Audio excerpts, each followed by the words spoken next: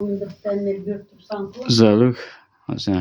Assalomu alaykum aziz do'stlar, kanalımıza obunachilar. Ko'rib turganlaringizdek, bugun 170 182 dona parda zakaz etganlar. Ko'rib turishingiz mumkin. Sifati zo'r, original material. 4-kolleksiyadagi material bular.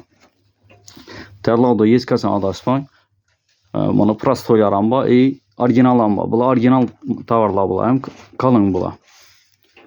Shuning atirgullar qo'yib berdik. Tovar yaxshi. Bu tarafdan qo'yib berdik, yana ko'rib turishingiz mumkin. Mida atirgul. Tovari qalin. Tayyorlovda hech qachon adashmang. Buni prostoylar ham bor. Prostoylar ham shu бағada sotiladi, lekin lyukslar ham shu бағada sotiladi, lekin bular qimmat yuradi bular. Prostoyni bu baqa prostoyni olib qo'ymang, adashmang lekin shunda. Zakaz etaverasizlar, bemalol yana shuni qistab beramiz.